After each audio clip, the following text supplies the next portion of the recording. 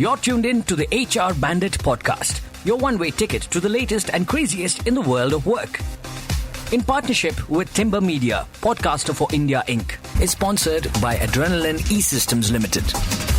Hey, welcome to HR Bandit, the podcast where we cover the top news from the world of work for the month gone by. This is Apoorva. And this is Ankita. And today we are changing things up a little bit. It's once in a blue moon that we park aside our usual format to do a deep dive into the question, is HR at an inflection point? Now, not to ruin the suspense, but the whole world is at an inflection point. But because we deal with the world of work, we are sticking to HR. In today's episode, we are covering 3 big shifts. Well, because we love the number 3 if you haven't gathered already. We'll share a little bit about the trends, the news, and why we think they will reimagine how work gets done in the future. So buckle up and let's jump straight into it. Hey, hold on, Ankita. Before we jump in, do you realize that we are in the middle of summer and it's time of the year when we usually encourage everyone to take some time off for, some mid-year relaxation and reflection. Now, about me, I have an almost 10-month-old, so I'm mostly trying to relax at home as my parents are here to help me with the baby. And every now and then I'm taking them my parents sightseeing, and I'm feeling like a tourist all over again in the Bay Area. What are your plans, Ankita? Well, first, I can't believe it's been 10 months. Time does pass by quickly, and I do like the idea of being a tourist in your own city. That's always a good summer plan. Now, I'm traveling for half of July. I am in Germany for 2 weeks and then for work, and then in Italy for play. I'm really looking forward to it because I'm going to a couple of places I've never been before. And of course, all of the pasta I'm going to eat. I am I'm really envying your summer plans right now. And I think I'm now going to dream all about pasta all summer long. Anyway, bandits, I hope you all take some time to recharge, and if you haven't already. With that, let's jump into our 3 shifts that are positioned to change how we get work done. Okay, so our first of 3 trends falls into the bucket of geopolitical shifts that we are seeing across the world. Now, this is a little bit of a cheat because we are bundling a whole bunch of trends into one. But let's start with one that really stands out for me, and that is the rise in support for nationalism, protectionism, and sovereignty around the world. This can be witnessed by election results that have happened in the year so far, with a rise in support for right-wing political parties and a move to reduce dependencies outside of their own country. There's also a rising resistance to immigration, and I think these set of trends raise a couple of areas to watch out for. When I started my career, I started it in the era of globalization, where work and people flowed as opportunities flowed. Organizations could set up and shut down locations depending on where talent was available, and were usually able to support immigration of talent where required. Now, most global organizations across many countries have a global workforce, and the move towards nationalism puts this flow of talent under threat, and it needs us to require thinking about talent acquisition and location investment differently. Organizations could in the past establish a large presence in locations that attracted a huge number of immigrants.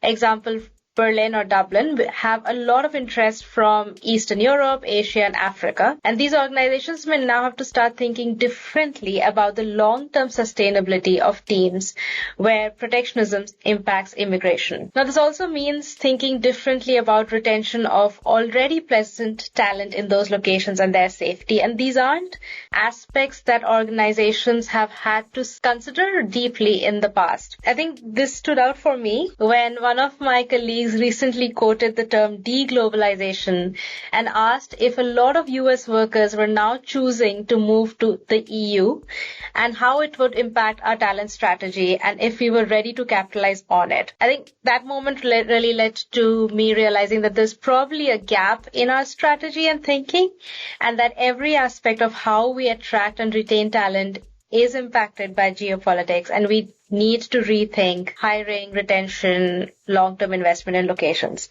Apoorva, I said a whole lot. What is your stance? I would say this was kind of an eye-opener for me, Ankita, because I had not thought about this rise in right-wing politics leading to an impact on on-site strategy of organizations moving forward, right? Being in the US, there's a lot of talk about how right-wing politics is influencing a change in DEI policies. However, this is new and, I think something for, like you said, it has a long-term impact on how we attract, retain talent and also where we hire talent moving forward. Where do we choose to invest moving forward? So I'm going to take that as a learning from today's podcast. Now, in a similar vein, another big shift that I think falls into this category are the rising conflicts around the world. There are organizations that have teams in Russia, Ukraine, Israel, and even in India and Pakistan that are directly impacted within these countries, that get directly impacted when these countries are in conflict. Additionally, organizations employ individuals from these countries who are at war with each other, which really requires a shift from how we've operated when the world is at peace. Firstly, we need to mobilize support in these regions to employees directly impacted. For example, Israel has conscription, which is military service, and so does Ukraine to some extent, which could include employees. So we need to have the right support and business model built to be able to respond to these situations. Quite possible these employees are going to take extended, indefinite time off until things get resolved as they get called for service. It also means that we are nimble in global communication so that leaders who are based elsewhere in the world are able to pivot plans while maintaining empathy. Now, I also realize that this is easier said than done. As HR professionals, though, we need to be able to maintain a pulse and close connection to teams that can predict and respond to these conflicts to help the organization respond locally as well as communicate globally on potential impact. And we need to have policies in place that support employees that get directly involved in a conflict like this. I agree. And I think there is something to be said about mental health here. It's for the organizations as a whole, but also for our profession, because these actions are not easy. And then, of course, I don't want to mention the word tariffs, because that alone has a large impact on profitability and viability of organizations. It is no small feat to shut down entire factories in countries and then establish them in a different location. So I do think geopolitical shifts around the world are placing unprecedented pressure on how we think about how, where, and by who work gets done, and how do we support the growth and sustainability of the organization. So hopefully, I think as on the pod, we'll keep discussing the topics and their impacts, but we as a function do need to get savvier on geopolitics sooner than just being reactive and being caught by surprise. So that's our big tectonic shift one. Apoorva, do you want to take us to the next? Absolutely. So let's now moving on to a totally different but not a totally new shift, which is technological. First, so Ankita, do you remember the time in, I think 2015 or 2014 when Google's people operations, which also known as HR function, made headlines when their CHRO published work rules? Yes, and I know that you're a big fan of Laszlo Bock because you somehow find a way to mention him in every single conversation of ours. Yes, so side note and a wink wink hint hint to Laszlo Bock to join us on our podcast someday. Anyway, back to the topic. So I think that moment back in 2015 was a pioneering one for the HR function, which led to formalize and scale the philosophy that HR should be data-driven. And that's what led to the birth of HR analytics and practices that are data-backed, things that exist and organizations aim to perfect even today. I really think that we are at a similar moment with respect to Gen AI's impact on HR. Now this impact is in various shades.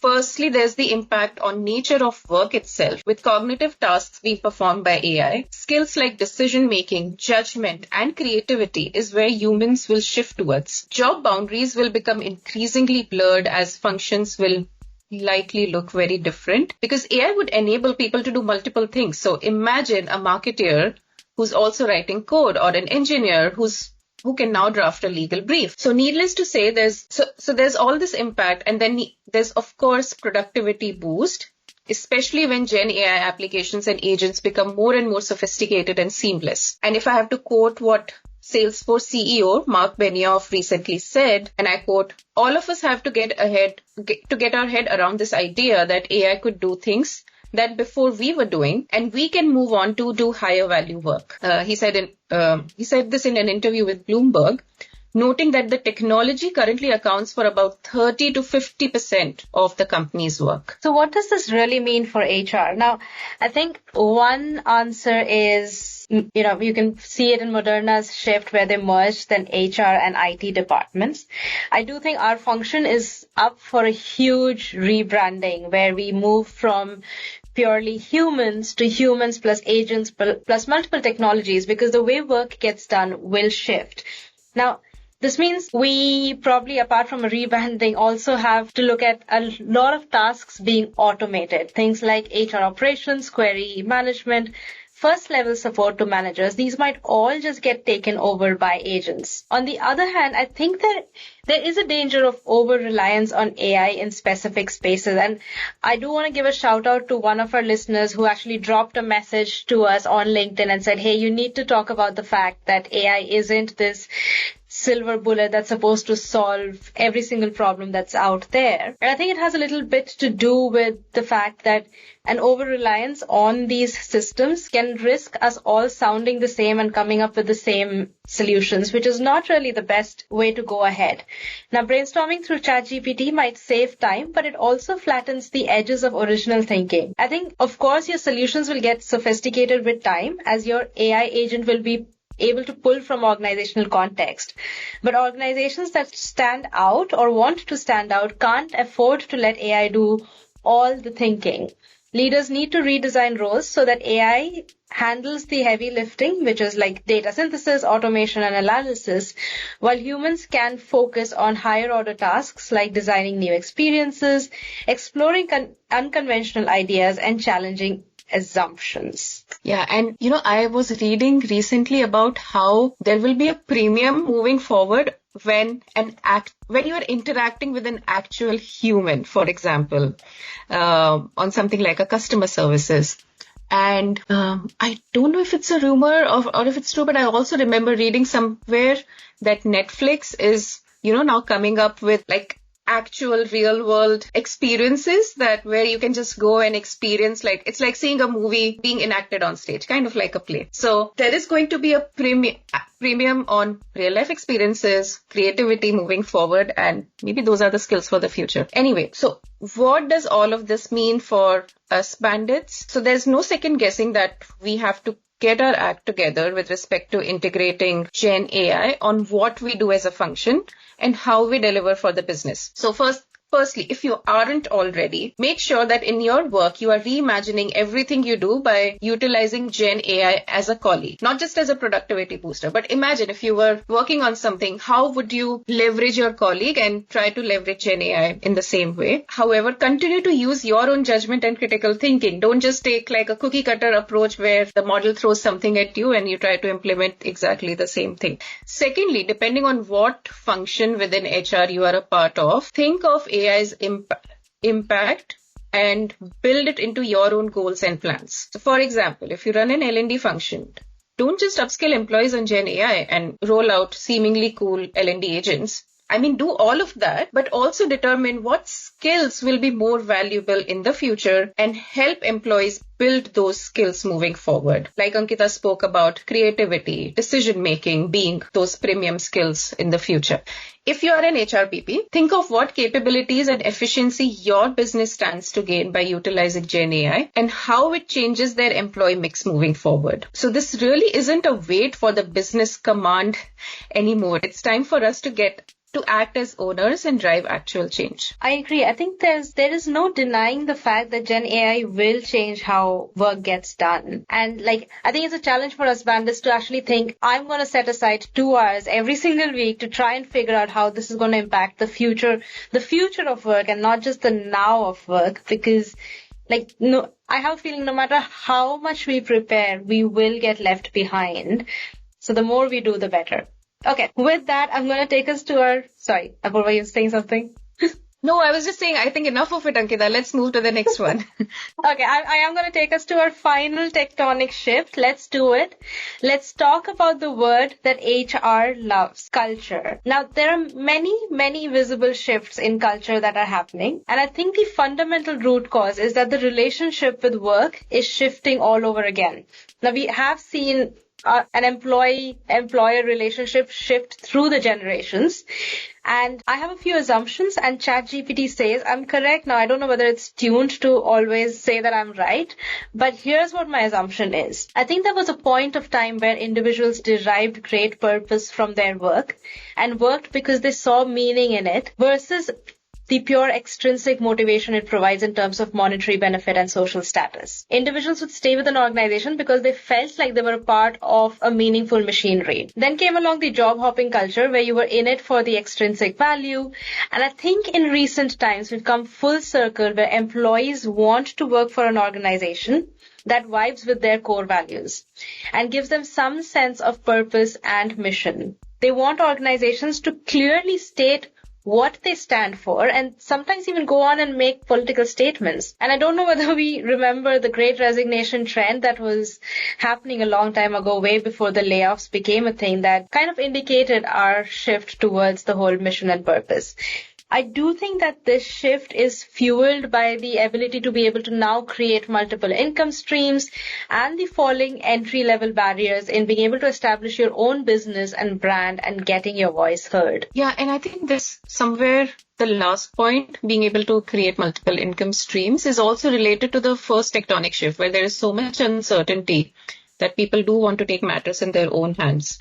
Additionally, I do think this trend has a few visible manifestations. So first, there's an increase in employees making their voice heard. Example, walkouts, open letters, protests, etc. And we've covered some of those in our previous podcast episodes. So at least the scale at which I'm witnessing these activities since I've started my career, which I will admit is probably not as long for comparison across decades, but I do see an increase in employee-driven movements. Second, the middle management layer seems to be becoming probably the worst place to be. I'm sorry, managers, but that really is a reality that's unfolding. And lastly, there's a big return towards top-down mandates, which is what's fueling these, employee movements in many ways. So I think there were always top-down mandates across industry, but now it's more like leaders adopting my way or the highway approach,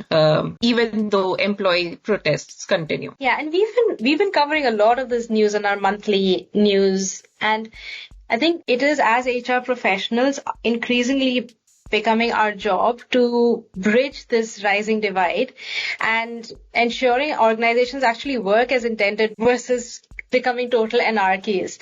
I do think we need to be able to guide leaders on how to talk about purpose, bring meaning into tasks, while maintaining open dialogue and authenticity. Now, all of these are buzzwords, but they are crucial when it comes to what's the right way to respond to a protest or a walkout or open letter. Like, silence is not an option, nor is an all-out authoritarian response. So we need to be able to find what is the right balance in responding and being proactive here. And that's where I think we as a function are uniquely positioned, because we have leaders on one side who are mostly Gen Xers, probably, maybe not baby boomers anymore, and then you have employees at entry level or middle level who are millennials and Gen Z. So what they aspire for is very different from what the leaders who are making these decisions aspire for.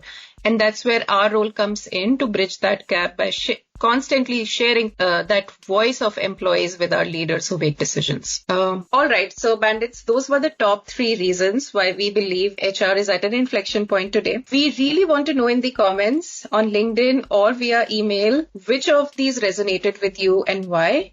And what did we miss? Now, before we let you go back to creating your summer plans, here's a rapid fire of top 3 things from the world of work in June. Yeah, you didn't think we'd forget or leave without sharing those, would you? Now, first up, there's an almost knives out treasure chest situation playing out at Meta and OpenAI for their war of AI talent. Meta has lured, apparently, 3 senior OpenAI researchers to their super intelligence AI teams. I heard Mark Zuckerberg is throwing these huge feasts at his own mansion, inviting all of these prospective talents and then paying them to the tune of $100 million, which is outrageous. It kind of makes me think I'm in the wrong profession. But days later, OpenAI responded to Meta's aggressive recruitment of its AI talent, saying that it's a home invasion and has assured employees that the leadership is actively engaged in retaining these senior researchers who are being poached by Meta. I do have to say, some of this is also CEOs and very smart leaders thinking that they don't need to listen to their HR people and just do what they think they need to do. Yeah, I'm not going to comment on that because I can go on and on. Second one, June was also Pride Month. And an Indian organization, Tata Steel, announced its ambitious goal to achieve a 20% diverse workforce by 2028. Highlighting its commitment to inclusivity. This initiative is a part of the company's decade-long Mosaic program, which has introduced progressive HR policies such as equal benefits for LGBTQIA plus partners, gender-neutral parental leave, and support for gender transition. I am surprised, though, that they're calling a 20% diverse workforce an ambitious goal. I do hope that they push that percentage up. But for our third and last news piece for the month, there is one term from Microsoft's Work Trend Index report that is making waves, and that is infinite workday. So apparently all of us on average are receiving 117 emails per day and a message every 2 minutes. So essentially you're spending 2 hours just responding to emails. Forget about the messages and meetings that you're butted under. So we are under the infinite workday, and it's all the more reason to just take a vacation. All right, bandits. So that was a lot of news and food for thought from us in this very special episode. We really can't wait to hear all about your vacation plans before our next one. So until next time, on behalf of NHRD and Ankita, this is Apoorva, and we are out. You're tuned in to the HR Bandit podcast, your one-way ticket to the latest and craziest in the world of work. In partnership with Timber Media, podcaster for India Inc. is sponsored by Adrenaline E-Systems Limited.